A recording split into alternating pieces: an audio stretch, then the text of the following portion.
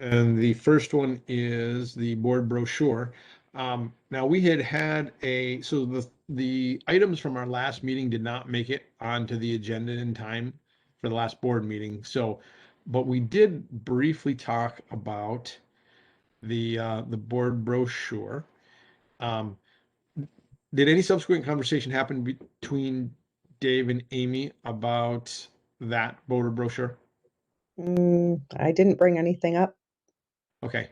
Um, and you either, Dave? You're muted. Oh, It's 6 o'clock on Monday, everybody. It's I know we've talked about it in the past, because there was that example out of Clifton. Was it?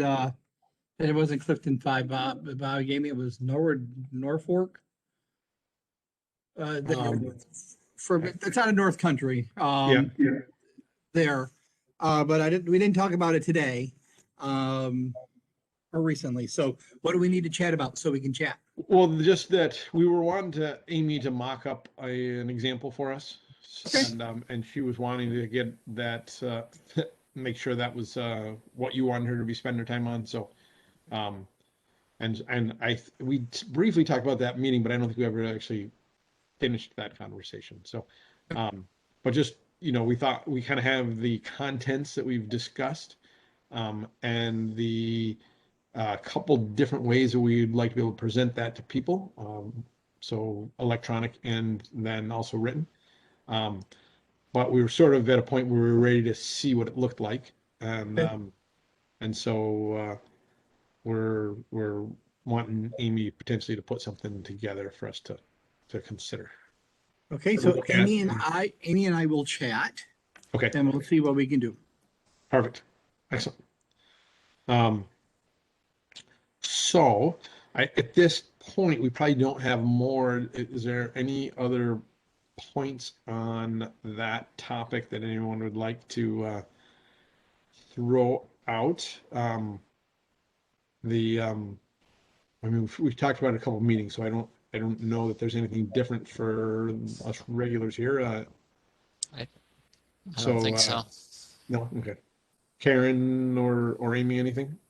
No. no, Okay. no, I know Perfect. the content is in the folder, so. Yep. Excellent. Right, and I think just to briefly recap, so we were going to have the paper version. It was going to be timeless, and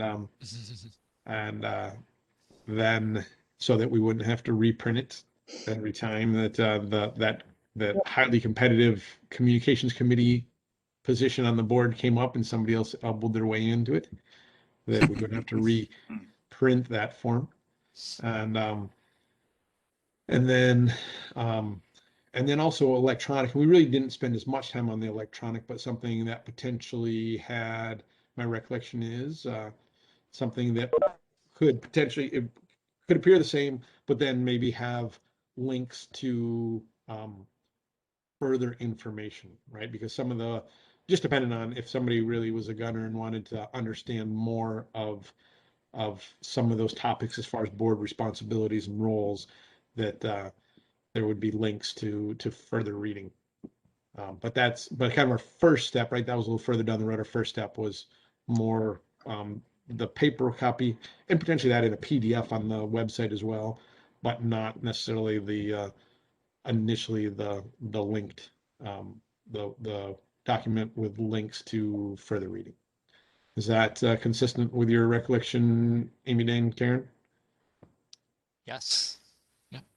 Yeah, it's consistent, just probably would not recommend linking it as the PDF. No, that's fine. Okay. Just because it was searchable, that's why. Yep. No, yeah, I no opinion. I agree. I trust whatever. I don't know. I mean, just that we potentially could put something on the website in an electronic version when we have an electronic version to print as well, but then later we would have a non-PDF, Right. because of the challenges that presents that I just learned about, that we would have a non-PDF with links so that for the further reading. Yep. Ms. Adams, how are you? Good, how are you? Good, good. So we're just on our first order of business, which is the brochure, and that was fairly quick. Amy's gonna, I believe, work on mock something up for us to look at in our next meeting. So our second order of business was the reaching out to out-of-district students. Anybody who's heard me talk about this knows that I often talk about the Vermont students because we have, up until a couple years ago, we had a whole bunch. We used to get about 25 up until a couple years ago. And you know, there is, I mean, there would be an argument to say that that ship has sailed. I mean, we're headed towards very few, and we are also potentially headed towards not having transportation. I mean, one would have to assume if we eventually have very few kids that they're not going to bother sending a bus down to us. So that said, it's still kids who are within a handful of miles of us who have school choice. And it's just something we've never really done, is to try to figure out how to market ourselves to that community. It's just a relationship that existed for years and both sides benefited from, and for various reasons, students have decided to go elsewhere. But if we were going to, I think there's a number of things we can do. I mean, we just looking over the past few years, Granville has made some efforts and has done a much better job than we have in maintaining their numbers. There could be some logistical reasons for that and location reasons for that as well, but they've certainly worked harder at it than we have. So a couple of things that were discussed. So Amy had brought up, just we were doing a little brainstorming last meeting or so on kind of open house type event. You know, I think in general, if we're waiting for our first contact to be May of sixth grade year, then probably we have you know, that we probably missed the boat at that point with most kids. That said, you know, I don't know when, I mean, I don't really know the answers to what, you know, how sixth graders go about making the decisions, or parents. I think from the cases that I've heard about, there have been a number of cases where parents thought their kids would come to Salem, parents had gone to Salem, and but these students' friends were not coming to Salem, and so they wanted to go where their friends go. And of course, their friends splinter all over the place, right? Kids from Meadowee end up at about 5 different middle schools, I think. 1, 2, 3, at least 4 different middle schools. And so anyway, that's a little bit of background. You know, I mean, as a committee and with administrators with us, I mean, is it I guess I feel strongly it's worth the effort if we think we can be successful doing it. The question is it something we can be successful doing? And then if it is, then how do we go about doing it? Do we have any idea of how many students are within our kind of reach, if you will? I mean, I get the sense that they have the same declining enrollment, they being in kind of the old Rupert district. But do we have any idea of what their enrollment is?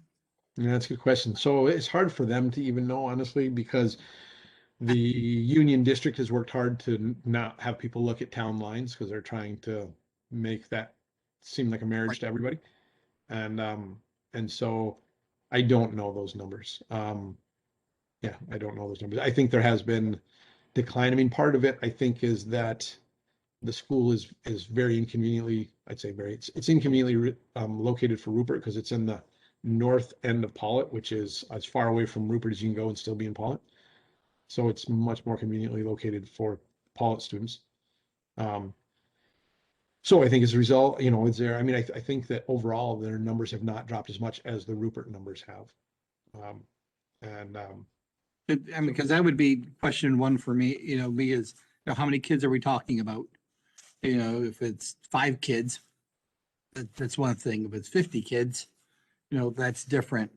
But I'm just wondering too, if our main competition really comes out of Long Trail more so than, you know, Pollitt or places further north, just because Long Trail's what, 10 miles from here? So it's a good question. I think that, yeah, there's probably, I mean, I think right now there's kids going, so I could find, it's at my fingertips somewhere in my household, actually I can find it, is I believe the number of kids from Meadowy that go to different schools. Now, I don't know which one of them, you know, whether they live in Rupert or Pollitt and where they live in those towns, right? So part of Rupert is over by Dorset, right? It's on the other side of Rupert Mountain. And so that, you know, those students all used to come to Salem, but now I think it would be a stretch for most of those students to consider Salem. Yeah. There are Rupert kids. There's I believe at least 2 students from West Rupert, which West Rupert's close to us, right? I mean, that's, you know, 5 miles up the road, that go to Granville. So, you know, I mean, we recently had a couple of Pollitt students who came to West Pollitt students who came to Salem. So that does happen a bit, but you're not talking about lots of students there. I mean, I can just grab that really quick. I'll be right back. Dan, you're looking better. Yeah, yeah, it's getting better. So I'm about 1 more week of softer food, so I don't, you know, Okay. but yeah, the black eye certainly looks a lot better. So Oh, no. yeah, I got into a fight and I won handily. My opponent was knocked out and laid flat. Granted, it was a ladder, so you know, I mean, you just leave those details out. Ladders But are. I did, yeah, I broke 4 bones in my face. Oh, wow. Oh, I'm sorry to hear that. Yeah. Great No, lead for the it's okay. story, though. Great lead for the story. Way to do that. Yeah, yeah. So, no, it was much more colorful earlier, but Mm. it's almost gone now. So,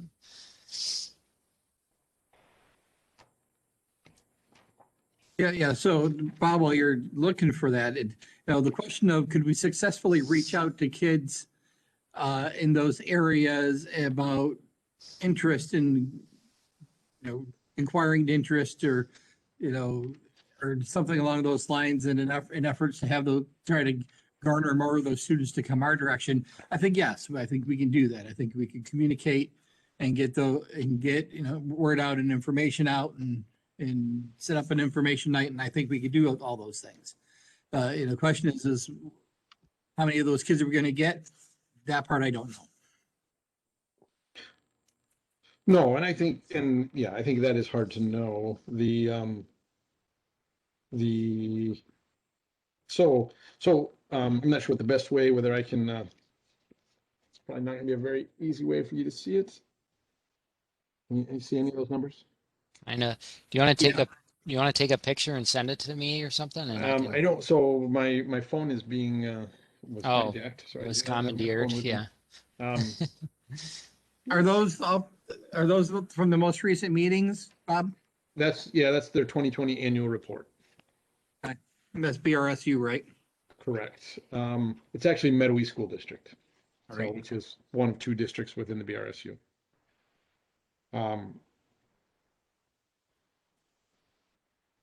So I can just read off some numbers. I'm going to read off numbers of students from grades 7 through 12, and these are Meadowy students. So the total number, and I'm going to read them off 7 through 12, is 22, 25, 27, 25, 15, and 26. Now here's the number that go to Salem. 0, 1, 1, 0, 1, 4. And here is the number that goes to Granville. 9, 7, 17, 9, 4, 10. Right, so we have a total of 7. They have a total of 56. Now, if we look back a couple years, they would have had a total. I mean, if they used to have 100, Yeah. but when we had 25, I think they probably had 80. So now, if we look at Long Trail, their numbers are 6, 11, 2, 7, 3, and 4. And then Burn Burton would be 005,878. And so likely some of those Long Trail 7th and 8th graders will become Burn Burton 9, 10, 11, and 12th graders. Now there's a couple that go to Dorset in junior high. There's a couple kids who go to Dorset. And a couple junior high that go to Maple Street, Manchester Middle School, and then Polteny gets a total of 6 from all those years. So we get 7, Polteny gets 6. Now Poltony's further than we are, although there would be some people in the northern part. Those are probably all northern part of Pollock folks. There are students who, I know there's some students who go to Dorset, and then will go to a public school after that, right? So Burn Burton and Long Trail are not public. And so for folks who want their kids to go to public schools, there's some students who will go to, so there's an opportunity at times for those students who they need to make another decision because Dorset's only goes up to 8th grade. So then the ones who go to Dorset, so again, Dorset Middle School would be, so there's 5 8th graders in there. There's only 1 7th grader, but those 5 8th graders are going to have to pick a school for next year.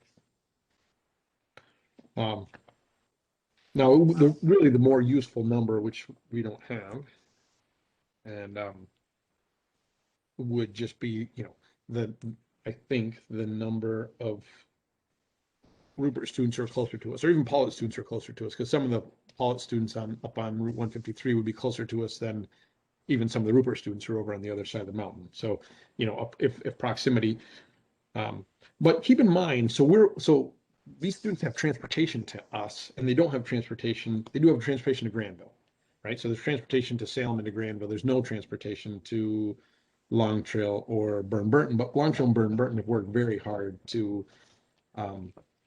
recruit these kids, right? I mean, they were quick to realize that when the numbers started going down, you want kids, and plus now with school choice, right? Each one of those kids comes with money attached, and so they're quick to realize that you can offer more programs when you have more students and more money. So those are the overall numbers. I can try to find out a little bit more about what, how many are, say, within, closer range. But I think at the end of the day, when you look at, none of those students are super close to Burn Burton, and yet they still get, I forgot, I didn't add up the whole number, like 20 something, or Burn Burton still gets 28 students, right? So all of those students any of them have to travel a ways. They'd have to travel all the way across Dorset, right? So they're traveling a ways to get there, and they're doing that without transportation provided. So then the question is, I think if people decide they want to go somewhere, their students or parents decide that, whoever makes the decision in that family's case, if they decide they want to go somewhere, they figure out how to get there. One thing that Granville has done is they actually provide I don't remember the details. They actually send a bus, I think, to into Polteny or into Vermont to pick up kids who didn't already have transportation. Now they don't go around home to home. They go to, I believe, my understanding is they go to a central spot. And I think they might utilize the transportation network that exists there to gather kids, and then they pick them up. And honestly, that could be something. Salem used to do that. So up until, I don't know, when I was little, I can remember, so we're talking a little while ago now, but a Salem bus used to go up to Rupert to 2 central locations. And so the kids already would have been gathered. They pick them up there. Yeah, and for anyone else who has been off that bus route path, we've worked with families to just get to the route and we'll pick you up. Because we've had a couple kids that were up 153. If we could get down closer to where we were going to be, we would take you in. So we'll drive them to 153 or the state border, and we pick them up there. I know we've done that a couple times. So yeah. Yeah, and I know that Granville is, and I actually went to a Granville meeting a number of years ago. When I was pretty new on the board, just tried to go to meetings at all our neighboring schools, and there was some discussion there because it was when they were trying to make that decision about whether they wanted to send a bus out of state and kind of what that entailed. Um, and my understanding is that they are doing it, but I don't know the details of it. I believe there's two buses that go to two different spots, but I don't know that with certainty. And I assume they're already on another run and they just continue that out. Um, but I think that if, it's a field of dreams. If you build it, they will come. I mean, I think if people want to go, they'll go, right? That, um, it just depends what you have, and then also how you let people know about it, right? How do you put your best foot forward? How do you sell it? And so I don't have any question now. I just don't know the numbers, and I think we're up against well marketed competition. I think we have an awesome product. I just think that we're up against competition that's marketed more keenly. So one of the thoughts that I have is, so right before break, we got Laura LeBlanc got a call about a student who's interested and they want to have a video meet with Don and me. So we're in the process of setting that up. But I think what would be nice is it's one thing to, have the principal and the guidance counselor kind of talk about it, but I think it would be nice to have maybe a little promotional video or something, kind of so you could see the kids in action in some different ways, and maybe just nothing crazy, but just a little something so people can kind of see what we have to offer. And, we have amazing drama club opportunities that, and I guess, I don't know how we find out. I guess for me, being new to only my second year, what is the appeal of Burr and Burton and Long Trail? What draws them there? So I know they've got a good marketing, but is it an arts program? Is it a science program? Is it a STEM programs? Is it athletics? So maybe kind of highlighting some of our athletics and our extracurriculars. I don't know, but I just think it'd be nice to have a little something where you see kids and maybe a couple of kids are talking about what they like about the school. And I think it's. So I think those are great thoughts. I'm no expert in recruiting, but I do know from my friends who are involved in athletics or different academic areas in college, when different those areas, so it could be like the department, right? The department was recruiting kids, or a program within a department, or an athletic program. And no offense to our guidance counselor and our principal, but they didn't necessarily have these students come and sit down with like the dean, right? They had them interact with students, because at the end of the day, like how much of time they're going to spend 0 minutes with Don because he's not Right. gonna be here, And that's right? what I'm saying is, and how do we get, so I think it's kind of saying, here's what we have to offer and here's who we can hook you up with.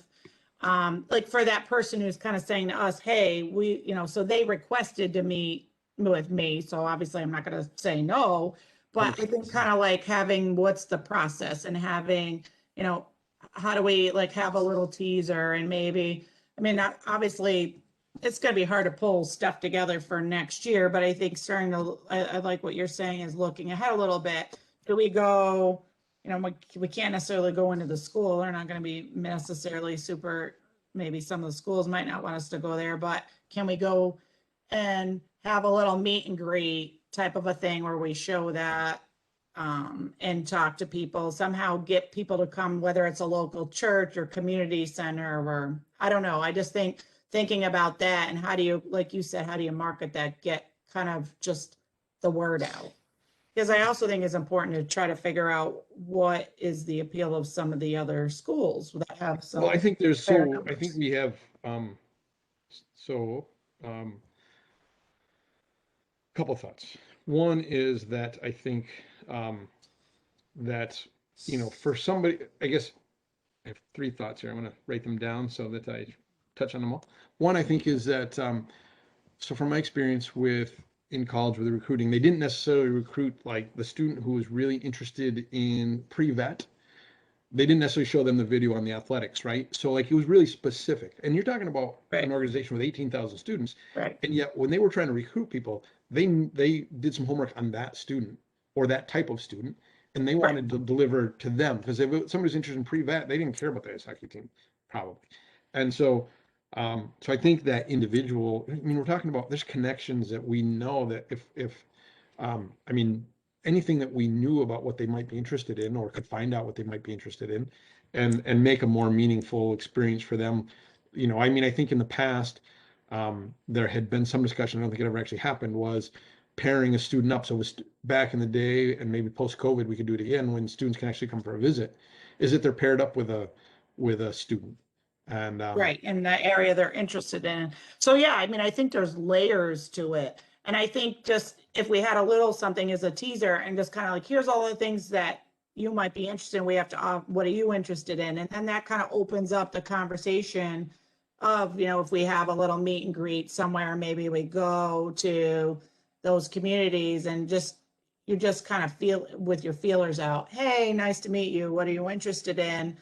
And then we kind of work on that networking piece, like, okay, well, we're going to hook you up with the baseball coach, or we're going to hook you up with our, you know, Zach Eastman and Mary Skelly, because you're really interested in the drama club, or Amy Maxwell, because you're interested in ag science or pre-vet or those types of things. So kind of, but I still think we need to have a little something to gather interest so they show up.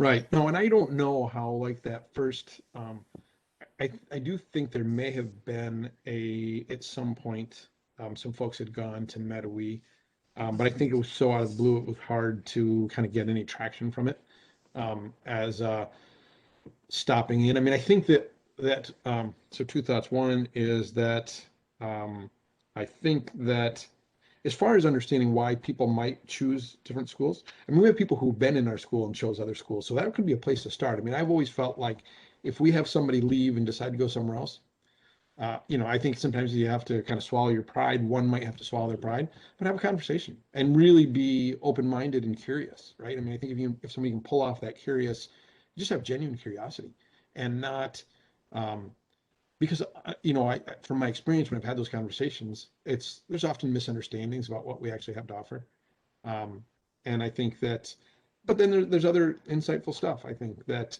and there might be stuff that people choose that we decide we're not going to offer, we can't offer, or a climate and culture that maybe we're not interested in having. But I think those conversations, an easy part for those conversations, I think, would people we already know who decided to send their children elsewhere after having come to Salem.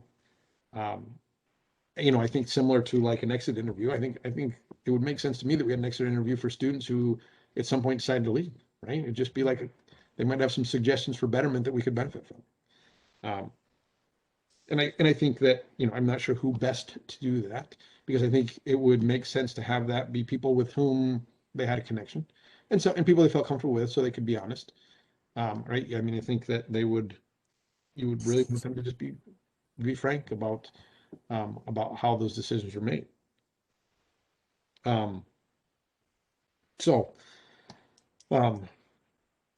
and also, I mean, there's other, you know, I think there's probably other people I know there's other people in Rupert who thought their kids were going to come to Salem and decided to send them elsewhere, who would be happy to sit down with somebody and have a conversation, or talk on the phone or do a virtual meeting to better understand or start to understand what was it that went into their decision.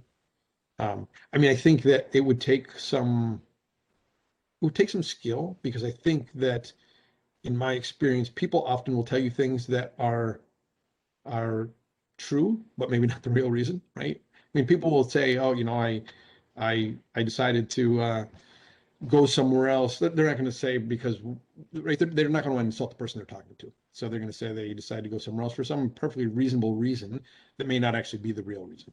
And I think people, you know, I think there's some skill involved in getting people to actually open up and be honest.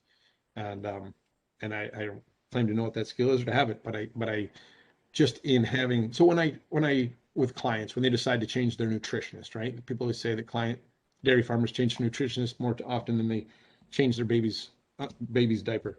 often for the same reason. But when they talk to the nutritionist, they never give them a straight answer, right? They'll tell me the real answer, the real reason. But when they talk to the nutritionist, they'll be like, oh, they come up with some cockamamie reason that isn't, there may be a bit of truth in it, but it's not the real reason. And so it really takes a keen nutritionist to actually have a conversation to try to learn from it if they're really interested in learning from it. Right? I mean, there's some people get mad and tuck their tail between their legs and go away, and others who just easy come, easy go, and they come back around a year later and try again. But I mean, I think the really keen ones will actually try to learn from it. And so but I think it's not people's default to actually be frank. It's people's default to not make one uncomfortable when being asked those questions. So I think we'd want to be careful who that person was, so that it wasn't the person who they were not wanting to offend or hurt their feelings. But I think those conversations easily could be set up to try to learn some of that. In our last meeting too, we did discuss or touched upon having students that are already attending Salem who live in Oh, Vermont yes. be involved and help with some of that recruitment and making those connections and being an advocate. Definitely. I mean, I think if we were to go to some schools, or community spots, I think that's definitely, you always want to have some kids there who can answer the questions and give some testimonials. Yep. For sure. And even I think definitely some kids that are, obviously Vermont residents that chose that, but also it could necessarily be if someone's interested in ag science, you're hooking them up with, doesn't necessarily have to be a Vermont student, but 100%. a student who can really talk about the program but I still think, having some different highlights and hearing some of the different strengths of our school from the student aspects, I think is definitely a way to get your foot in the door, to start having those conversations, because someone might say, oh, that, I'll like to know a little more about it when you Right. see that excitement and the, kind of the pride and Salem pride and those types of things. Right. But I think I agree we completely. really would want to have kind of a it's going to be like a multifaceted approach for sure. I mean, I think we have to have a number of different strategies.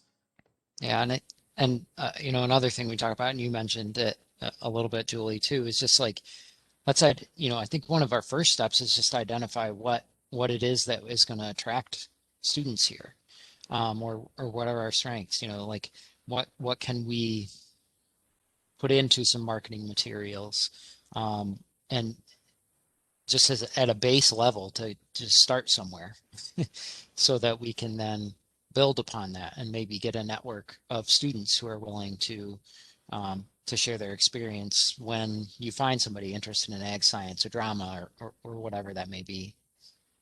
And I think it's important to sorry, Bob, to, obviously you want to talk to the students, but I think even bigger are the parents, because it's kind of hard necessarily for you're going to kind of start kind of teasing the fifth graders and sixth graders. I think it's really,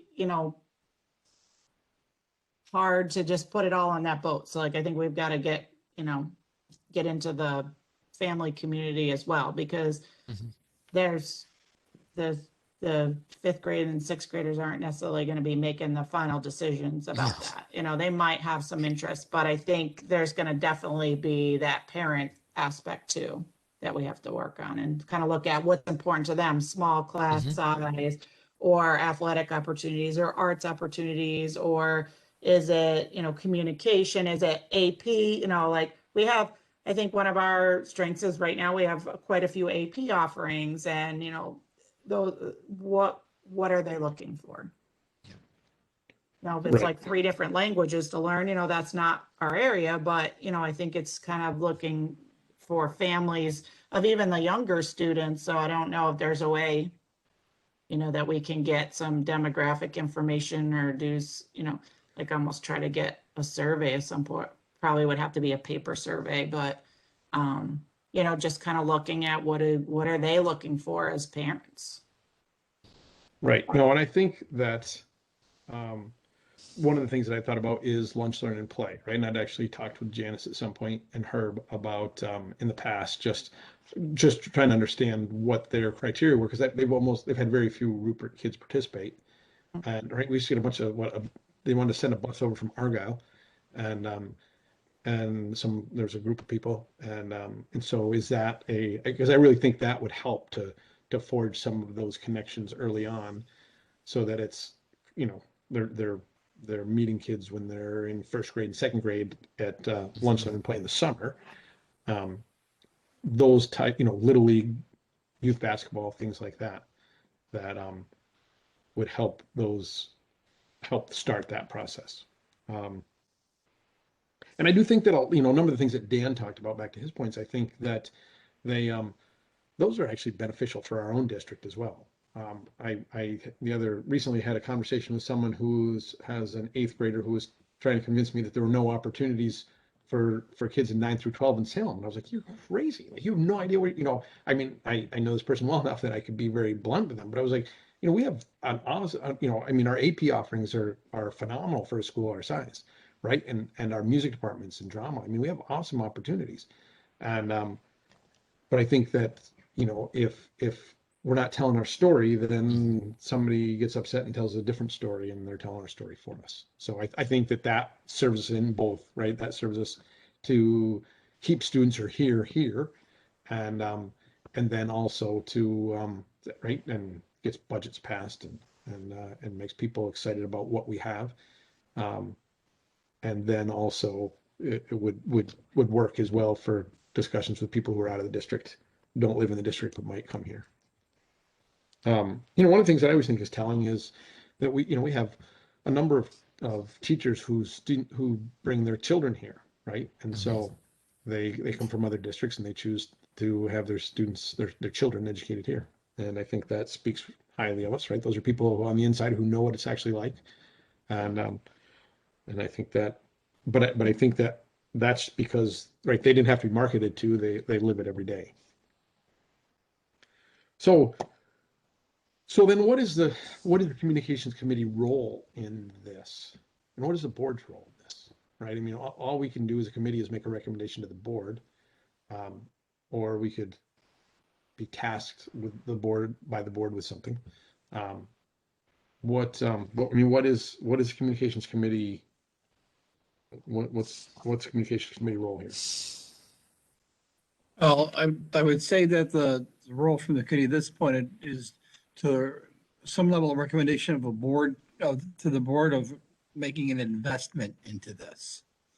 Because some of the work, just listening to the conversation, some of it is as simple as surveys, some of it is full-blown focus group work, or could be. I guess, Bob, it depends on how big of a scope you want this to be. If you want to be a bigger scope, then you're talking about focus groups and, and some marketing a little bit, at some point.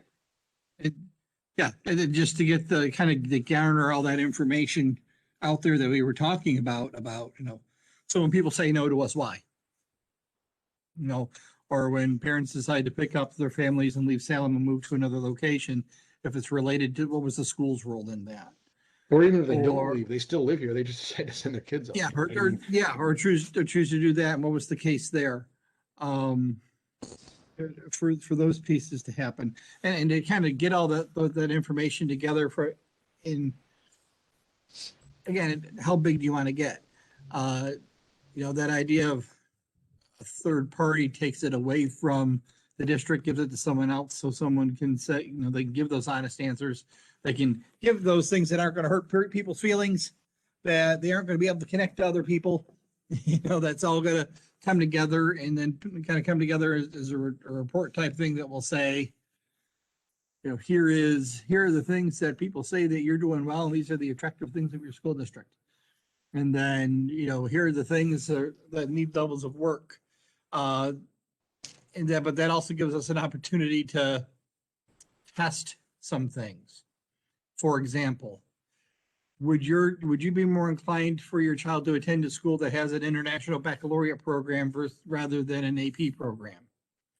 Or if you're looking at a college or if you're looking at a collegiate, college credits, to help your child get ahead, are you more interested in the AP avenue? Are you more interested in getting college credits through a community college locally, or a combination of the two?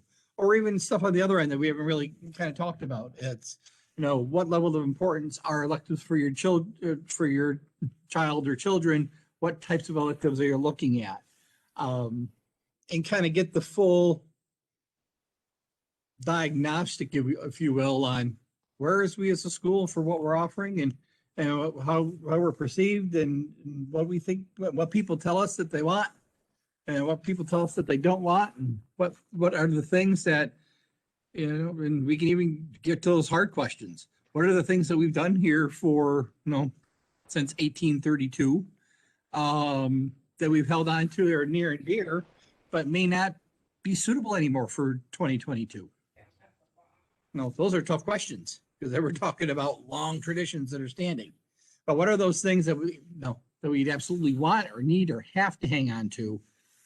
Because they make so much of the character of the school and the culture of who we are as a core value and a belief that we would need to keep that as part of what we're doing.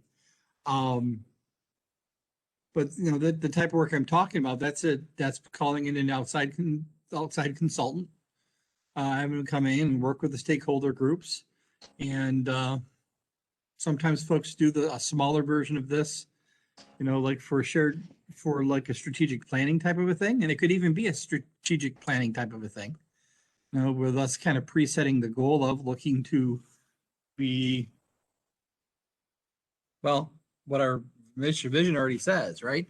The example of a rural school, of a school district. To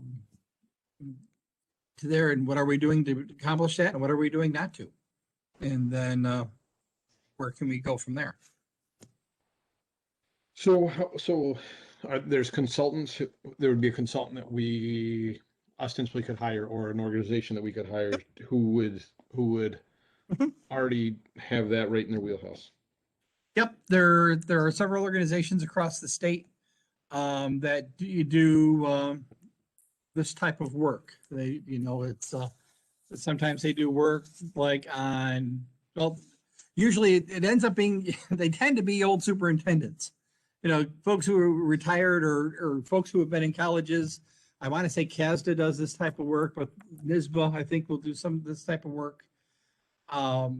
Where you could reach out and this is what we want to do, and this is what we want to look at.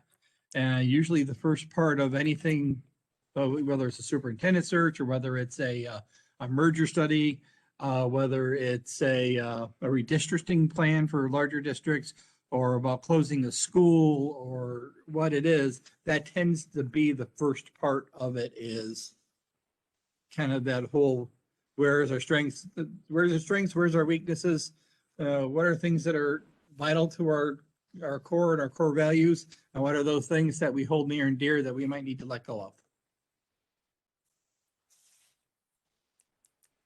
So I'm not aware that I guess I've spent a bunch of time with NIST, but I'm not aware that they do that. But yeah, CASTA, that makes some sense. I worked with a couple folks that I could reach out to and just talk to. That they would they say, hey, we have this thought. What's your thoughts? To get some ideas. To there, and I know of a couple folks that I've worked with in similar type plans.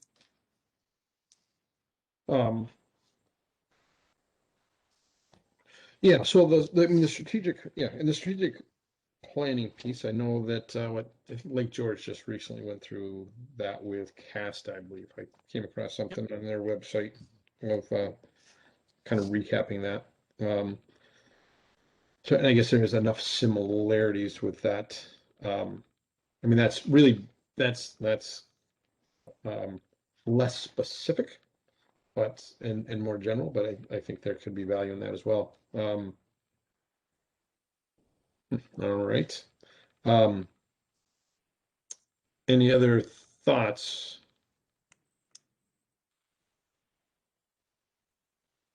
Amy, any other thoughts? Not on that topic. I was going to ask what the status of the tagline is. Oh, that, so um, I think I'd mentioned at the beginning that the two things that we were gonna ask the board, recommend to the board, didn't get onto the board agenda in time for the last Okay. meeting, because we had met just the week before. Yep. And, um, so that will be for the meeting here on the 27th. That will tie in with all the other work that we're doing, Right, right, brochures and marketing. right. Okay. Perfect. So I'm just sort of thinking through that a little bit. I mean, I guess, I don't even have close to my own opinion yet. I mean, just sort of, I guess, would depend on how much we wanted to bite off. But I do think that, I mean, and you're right. I mean, there's a number of things that we've done that are moving us in a direction, right? Right. And And, you know, and I guess the reason I bring up the Vermont piece often is because I just see as our numbers drop that I feel like it's going to be, once transportation doesn't happen to us, that changes, that makes it harder, right? And so now, if they start transporting somewhere else, that would be the biggest risk for us, I think, is if they start transporting somewhere else, which they probably would. And so, you know, we're fighting a much tougher battle in the future if we just continue on this path. And so that's sort of where then think, okay, so maybe now isn't the time for the whole strategic planning process, but for specifically reaching out to, even if it's, you know, so we have a student who reached out to us. I mean, at some point we would like to feel comfortable initiating contact and not just sit over in the corner hoping somebody comes up to talk to us. And you know, occasionally, you know, if people still come up and talk to you occasionally, as a student did, but that's probably our best hope there, is to get a student per year or so by doing that. So I think we definitely want to hit it out of the park when that happens. But then also figuring out how we do some of that outreach as well. Any thoughts, Karen? No, I was just going to say though, we were talking about, sorry. Potentially, we're potentially asking the board to look at making a big investment in some kind of, sorry, guys. If we're potentially asking the board to make some kind of investment in this, I think we need to have spent some more time looking at the actual numbers and what that looks like, like you said earlier, if we're talking about 1 kid or 20 kids, I think what we do in the more immediate future is very different.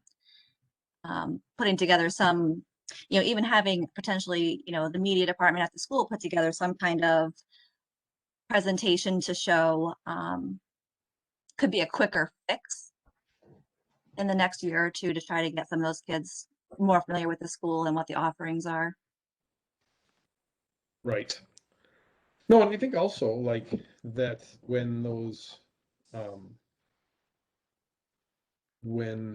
opportunities arise, making sure that there is, right. I mean, there's a chance we have students or faculty who know this student, right? And so now I don't know, as far as when somebody reaches out, um, can you, Julie, reach out to the faculty to see if there's anybody who has any connection to this person, knows anything about this person? Because I think that, right, it's unlikely that it's much more likely that a faculty member would, or they would know that if some of their students did, than that a guidance counselor is going to. And so, so having, I think those type of connections are invaluable, right? Because they potentially provide insight into all those other questions we're wondering about, why they might go somewhere else, or what it is they're looking for, what their interests are. So I guess as far as then all the stuff that Dave talked about, So what's our next step then? What are our potential next steps to try to understand those different avenues, right? As far as who does them and what they cost. Yeah. And I mean, it seems like that would be part of our next step, just to have some idea of what we're looking at, what our options are in those various areas. And even a timeline of, how long will this take so that we have an idea of, what we need to do in the meantime. Right. Kind of. I mean, I guess I question a bit I think it would be the rare superintendent, like it would be the rare board member like it would be the rare veterinarian who would know about the side that I think we're talking about. I think the strategic planning piece, yes. I mean, I think that like a former administrator would make perfect sense. But as far as actually like, it would be the rare administrator, I believe, that would have that marketing insight.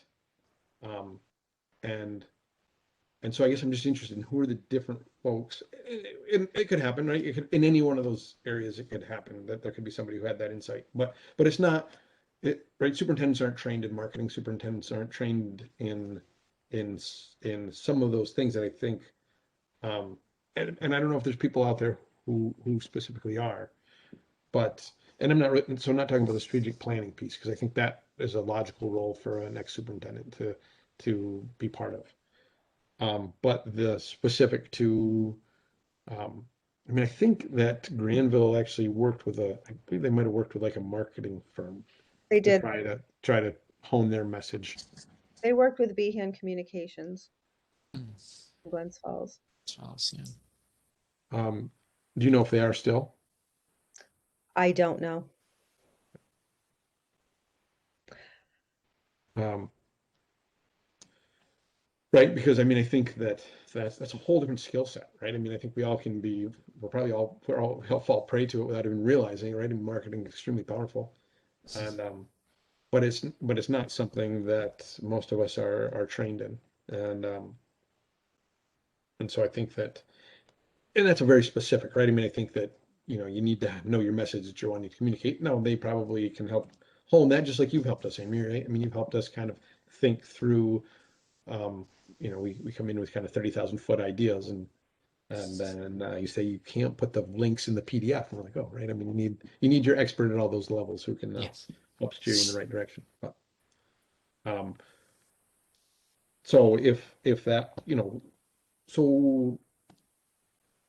so answering some of those questions, right? I mean, I guess I feel like that's sort of the next step is to answer some of those questions about what those different options are and what they cost. And like Dan said, the timeline piece. And I think that I suspect in the future, public education is going to get better at this. I mean, typically I think public education sort of like opens its doors and the kids that come in, and private schools are so much better at it because that's what they survive They from. have And I to. think that they saw that sooner and kind of beat us to the punch on that. Us being public schools versus them being private schools. That they, not specifically us, but I think also specifically us, right?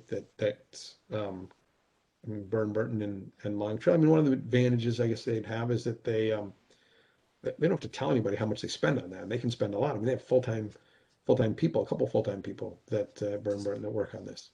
And so, and nobody really knows what they spend on it because they don't have to be open about what they're spending money on. But I think it does give them an advantage. That they spend the money gives them an advantage.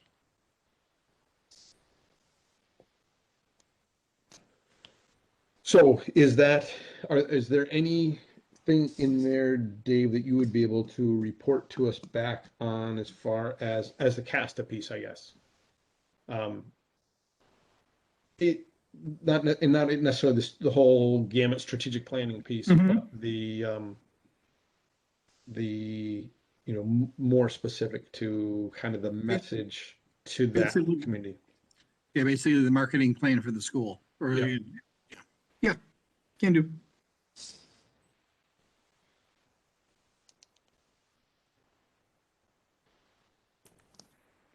Any other wisdom, Amy, on kind of from listening to what we've talked about of other potential avenues that we're not thinking about, or pluses and minuses of different avenues? Not off the top of my head. I think, this last meeting and this one, we've had some good conversations and brainstorming and identifying the need and ways to attract the Vermont students. Because you're right. I mean, once they're gone and there's no longer that trail of students coming from Vermont, I think when they're gone, they'll be gone. So right now we need to start appealing to them. Right. I mean, I think that it gets harder and harder. I don't think it ever gets impossible, but I think it gets harder and harder. Mhm. Right. And I mean, who would have, right? I mean, I think that we used to get them all, right? And so it was easy and really basically no effort's ever been put into it because they used to just land at our doorstep. Bus would drop them off and we'd send them a tuition bill and life was good. But I think those days are over. And so, and I think just for, this is a perfect example where it was a student who, it's one student, but I think, one student can turn to two students. The students can come with other students and friends attached, and they can talk with their friends, and you either impress upon them positively or negatively, right? I mean, every interaction is a chance to build the brand or to destroy it. And so even with students and friends and their families. Joe thought, Julie, looked like you just inhaled like you were about to say something. Perfect. Well, my brain hurts a little bit. I had a long day, so I don't have much else to say on this. I do worry a bit about. I mean, I think all this makes sense, and these are things that I've been saying for years, not in the communications committee meetings, but just then the next step, really, I mean, where the road meets the road, I think is the tougher part, right? And as far as, and I think, I think it's a good point, Dave, of what's the board's interest in putting any resources into this, right? Because I think that that's what it would take to move the needle on this, I think. Because in all likelihood, if the board said, yeah, let's invest in this, then for the idea that's going to end up being probably a goal, I would think, for the district, for the upcoming school year.